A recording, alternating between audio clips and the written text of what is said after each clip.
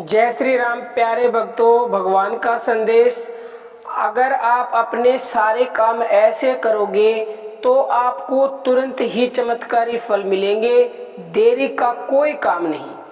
प्यारे भक्तों, हमें सारे कामों को प्रभु का समझ के करना चाहिए।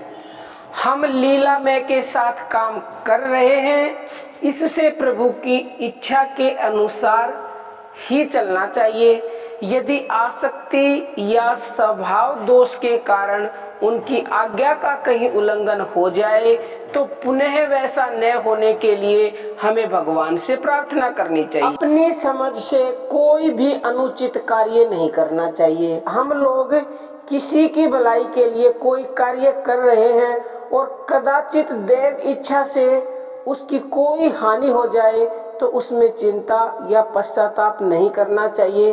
हमको अपने कृत्य की भूल के लिए ही पश्चाताप करना उचित है। हमको सूचना मिली तो प्यारे भक्तों, कहने का तात्पर्य ये है कि कोई भी आप कार्य करते हैं, मान लो कोई आपने काम किया और उसमें आपको नुकसान हो गया, तो आपको उसके लिए पछताना नहीं है, दुख नहीं मनाना है कि मेरी हानि हो गई। आपको ये सोचना है कि प्रभु की ऐसी ही इच्छा थी। इसके विपरीत अगर लाभ हो गया तो आपको खुश नहीं होना है। आपको ये समझना चाहिए, आपको ऐसे मन से, कि ये प्रभु की इच्छा है, क्योंकि करने कराने वाला तो वही है, आप तो निमित्त मात्र हो। मान लो आपको नुकसान हो गया, आप टेंशन में चले गए, दुख में चले गए, तो उससे कुछ हासिल तो नहीं होगा, ऊपर से भगवान नाराज होंगे। क्यों? क्योंकि भाई भगवान तो कहते हैं दुख सुख में सम रहोगे तो ही मैं आपसे खुश होऊंगा।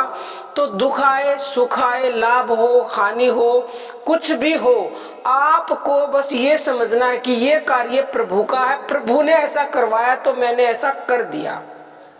तो आपको किसी भी प्रकार का कोई दुख छू नहीं सकता, आपको कोई परेशानी नहीं हो सकती। आप हर समय सुखी रहोगे, टेंशन फ्री रहोगे।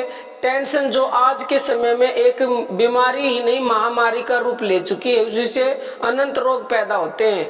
तो आप कोई भी कार्य करते हैं तो ये समझ के करेंगे कि ये प्रभु का है, तो निश्चित ही फिर उसमें सफलता मिलेगी। 1% अगर असफलता भी मिल गई तो आपको ये समझना है कि हमारे लिए यही सही है, क्योंकि अगर प्रभु ने हानि करवाई है या प्रभु ने हमें सफलता नहीं दिलाई है तो इसी में ही हमारा निश्चित ही निश्चित लाभ होगा, वरना प्रभु ऐसा कदापि नहीं करते। बाकी प्यारे भक्तों, अर्जी हमारी और मर्जी आपकी है। अब हम अपनी वाणी को विराम देते हैं। जय श्री राम प्यारे भक्तों।